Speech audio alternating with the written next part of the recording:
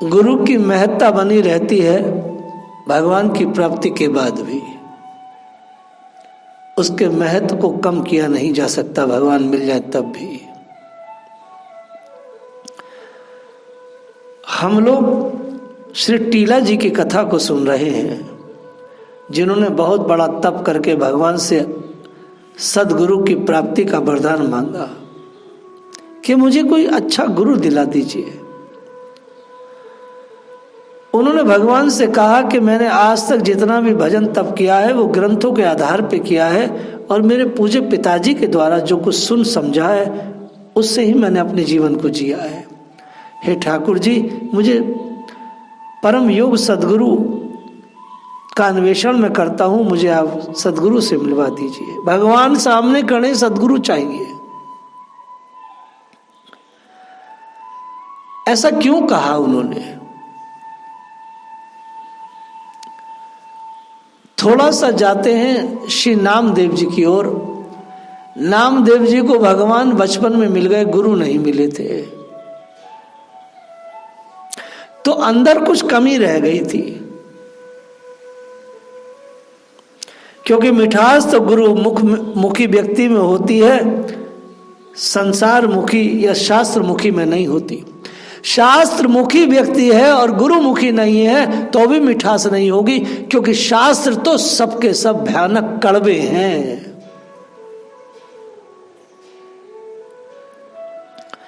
उनको as it is बोलना कई बार अपने आप को खतरे में डाल देता है साधक।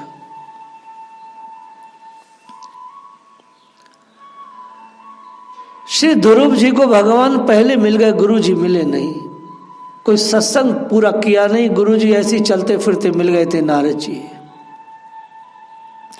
नारद जी का कोई संग नहीं किया है, ऐसे जा रहे हैं, प्रेरणा से मिल गए गुरु जी, लो भाई नाम ले लो। गुरु का संग किया नहीं, गुरु की सेवा किया नहीं, गुरु के आश्रम पे जाके रहे नहीं, तो भक्ति फलदायी नहीं होती। भक्ति में कमियां आने लगती है। उत्तम के मारे जाने के बाद भयानक भीषण युद्ध किया श्री ध्रुव जी ने,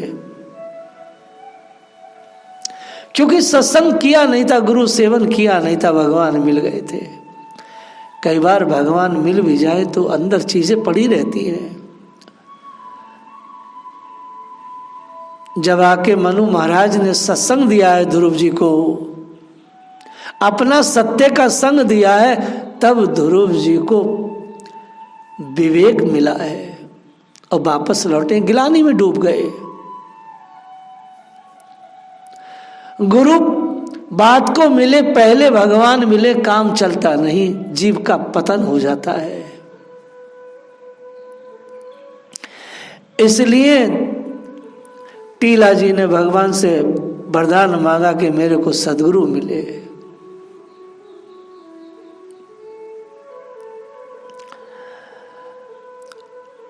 समस्त शास्त्रों के विशारद हैं श्री टीला जी, बहुत विद्वान है, मगर गुरु नहीं है। गुरु बेचारे तो भोले भाले साधक होते हैं, भोले भाले ऋषि मुनि। कुछ थोड़ा कोई बहुत पढ़े लिखे भी हो सकते हैं, लेकिन उनमें भोलापन, सहजपन, सीधापन बहुत है। साधना से मनुष्य सीधा हो जाता है। साधु कौन है? जो साधन रत है, जो साधना में डूबा है, जो भगवान को साध रहा है, जो आत्मा को साध रहा है, अपने स्वभावों को साध रहा है, वही साधु है।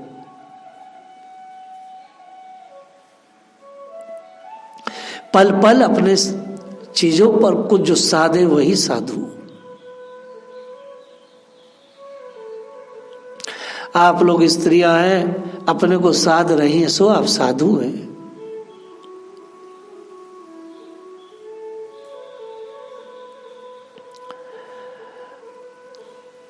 प्रहलाद जी को भगवान मिल गए। ये मैं बड़े बड़े उदाहरण दे रहा हूं, जिन्हें भगवान पहले मिले, गुरु बात को मिले, काम बना नहीं, कुछ गलतियां हुई बड़ी बड़ी। भगवान मिल गए हैं, भगवान गोदी में बिठाए हैं, सब कुछ हो गया है। उन्हीं भगवान के प्रति वह ईर्ष्यालु हो गए, क्योंकि गुरु का संग कुछ विशेष नहीं था श्री प्रहलाद जी के जीवन में। नाम का संग 24 घंटे होने के बाद भी गुरु का संग बहुत मायने रखता है। गुरु धरती का शहंशाह है।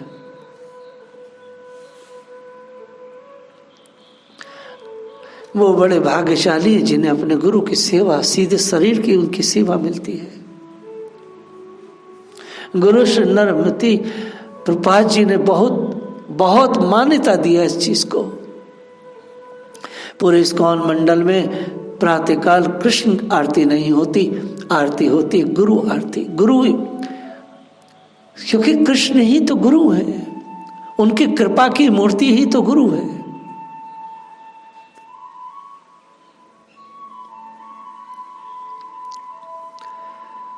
प्रहलाद जी को भी बहुत हानि हुई।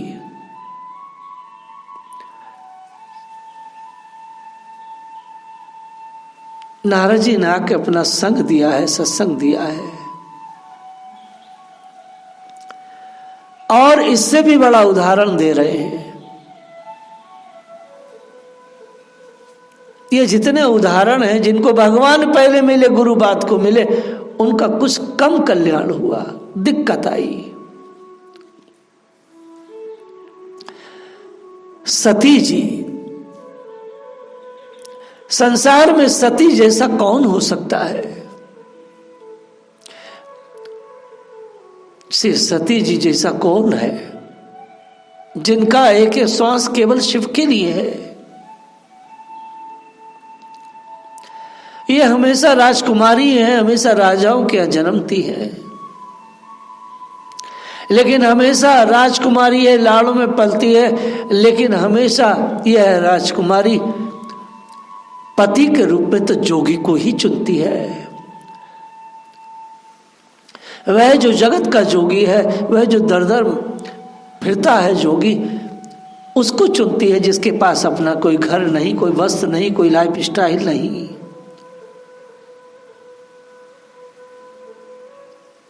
सारे देवों के पास अच्छे अच्छे भवन है, अच्छे अच्छे घर है। सारे देव तो बहुत अच्छे अच्छे वस्त्र पहनते हैं, शिव जी तो बाघंबर लपेटते हैं। यह राजकुमारी जब भी जन्मती है तो अब उस जोगी को ही अपना पति, प्रेमी, सब कुछ उसी को मानती। यह सती, इस सती को भी मिल गए पहले भगवान, तो भगवान पहले मिले तो कल्याण न हो सका सती का।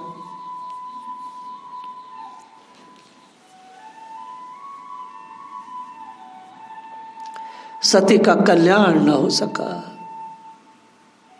भगवान को देख करके संशय कर बैठी, ये कैसा ईश्वर है? तो विलाप कर रहा, हा सीता है सीता।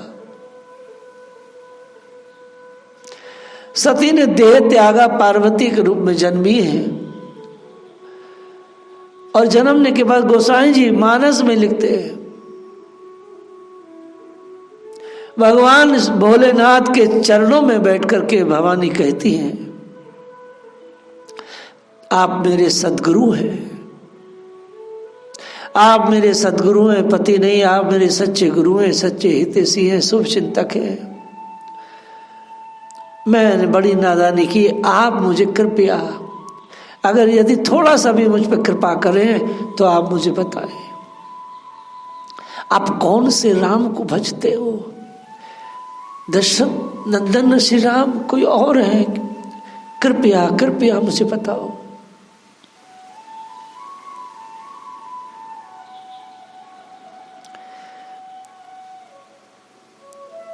शिवजी को भवानी ने गुरु के रूप में जब वर्ण किया,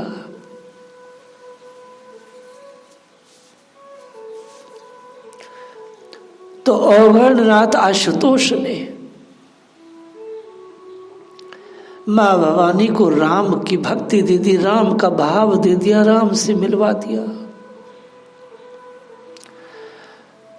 गुरु तो बहुत बड़ी हस्ती है साहब, गुरु बहुत बड़ी चीज है। इसलिए श्री टीला जी ने कहा, हे लाडले ठाकुर, आप मिल गए, सब कुछ हुआ है, लेकिन मेरे जीवन में अभी गुरु का अभाव है। मेरे को वैज्ञानिक गुरु मिलवा दो। तो गुरु बड़ी चीज है, उसके बिना कैसे सार संभले। भगवान जरा सा भी कुछ आपका उल्टा सीधा होगा, त्याग के चले जाएंगे,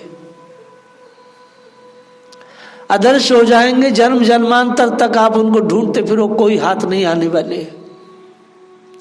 लेकिन आप गुरु के प्रति करोड़ों करोड़ों अपराध भी करते तो वो तो फिर भी आपको पकड़े ही रहते हैं और हर जन्म में मिलते हैं। वो ऐसे दयालु हैं, हर जन्म में आपके सामने आ जाते हैं। भारत में जन्मे हर व्यक्ति का यही एक अनुभव है, हर जन्म में उसके परिवार में कोई गुरु होता है। कौन ऐसा अभागा है जिसके, वो अभागा ही है। आचार्य सुखदेव जी दूसरे स्कंद में कहते हैं श्रीमद् भागवत के महाराज परीक्षित से, जिन घरों में, कोठियों में, बंगलों में, जिन प्रसादों में सच्चे ऋषि मुनियों का आवागमन नहीं होता है, वह तो सर्प के रहने जैसे बिल हैं, और उनमें जो रहते हैं वो सर्प ही है।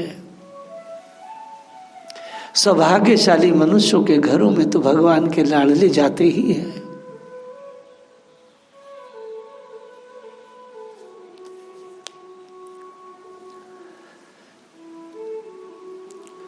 गुरु पहले मिले। मैं तो यहां तक कहता हूं, यदि भगवान सामने आ जाएं तो उनसे यही कहो, साहब पहले आप किसी सदगुरु को मेरे जीवन में भेज दो, क्योंकि प्रभु मैं तो आपके प्रति अपराध करूंगा, गड़बड़ होगी, फिर आप 1 सेकंड में त्याग दोगे, पता नहीं कब हाथ आओगे। 3 जन्मों में हाथ आए जय विजय के भगवान। कितनी वेदनाएं होती है भक्त की जब भगवान से जुदा होता। 3 जन्म लगे जय विजय को। एक छोटा सा अपराध हुआ जय विजय से, हिरण्याकश्यप, हिरण्याक्ष, रावण,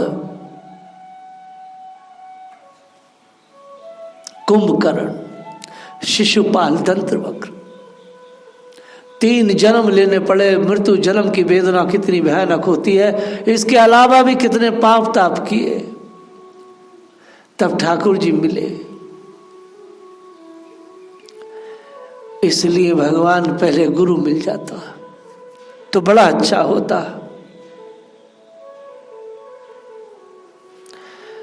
अब टीला जी के चरित्र पर हम लोग आते हैं। ये चरित्र को मैंने इस तरह से भागवत से कोट किया।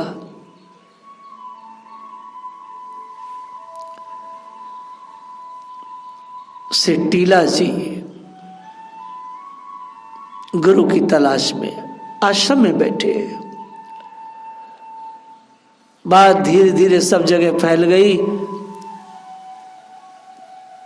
कि टीला जी गुरु तो चाहते हैं, लेकिन अपना सिद्धि बल दिखाते हैं गुरु के सामने। कोई अगर उन्हें कंठी बांधना चाहता है तो वो कंठी बांध नहीं पाता है, उनका कंठ ऊंचा उठ जाता है।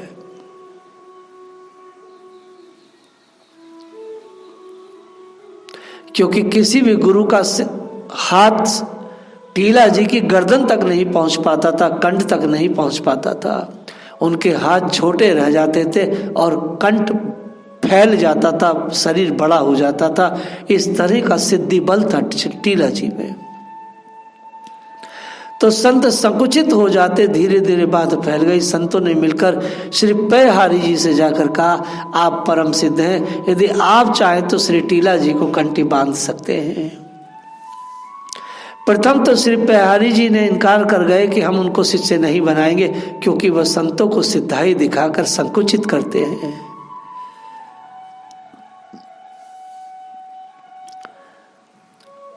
परंतु जब संतों ने बहुत आग्रह किया, जब पैहारी जी श्री टीला जी के यहाँ आए तो पैहारी जी ने भी टीला जी से वैष्णवी दीक्षा लेने की बात चलाई। तो टीला जी ने पूर्व अभ्यास के अनुसार इनसे भी कंठी बांधने को कहा। जब पयहारी जी कंठी बांधने लगे तो टीला सहित ऊंचे उठे, क्योंकि जिस टीले पे बैठते थे वो टीला इनकी सिद्धाई से ऊंचा उठ जाता था, गुरु नीचे आसन पर रह जाते थे। सो टीला जी को कोई कंठी नहीं बांध पाता था और संत लज्जित होकर आ जाते थे। ये इनकी कुटेव पड़ गई।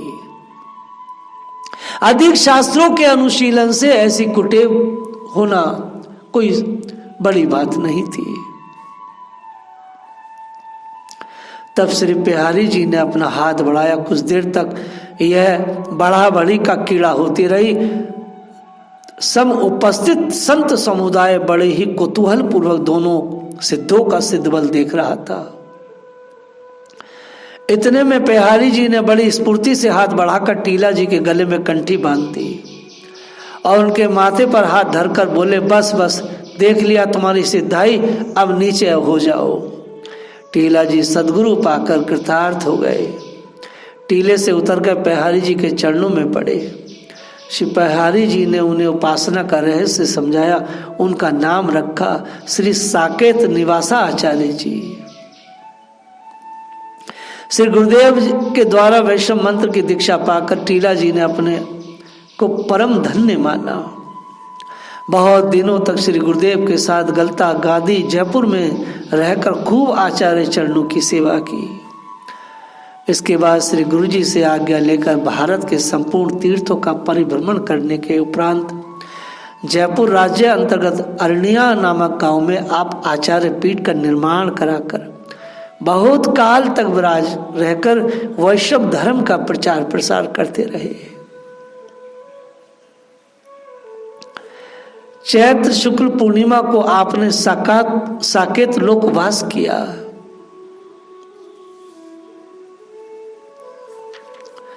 गुरु बहुत बड़ी चीज है।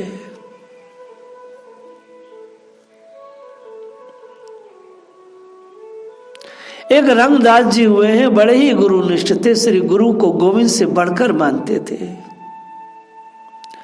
इनके जीवन में वाल्मीकि जी की ये उक्ति अक्षर थी, तुमते अधिक गुरु ही जिए जानी, सकल भाव से वही सन्मानी।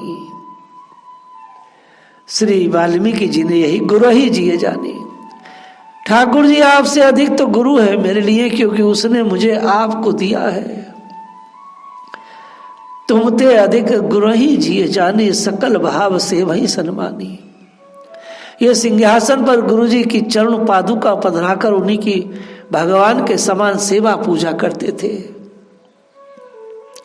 बड़ी अकिंचिंता पूर्वक रहते थे। एक बार चोर इनकी कुटिया में चोरी करने घुसा तो और तो कुछ नहीं मिला, सिंहासन पर विराजमान गुरुजी की चरण पादुका थी, उन्हें उठाकर ले गया।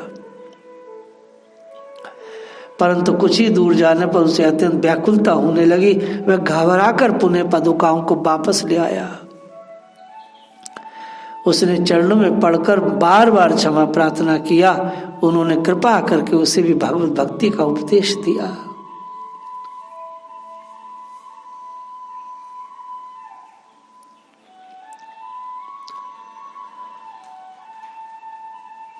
जो संत सेवक है, जो गुरु चरणों का अनुरागी है, उससे बढ़कर के कोई नहीं।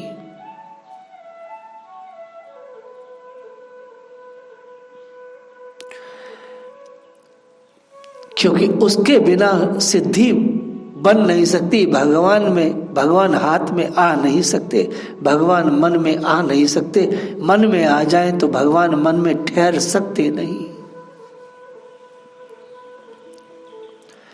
बोलिए राधा रानी की जय।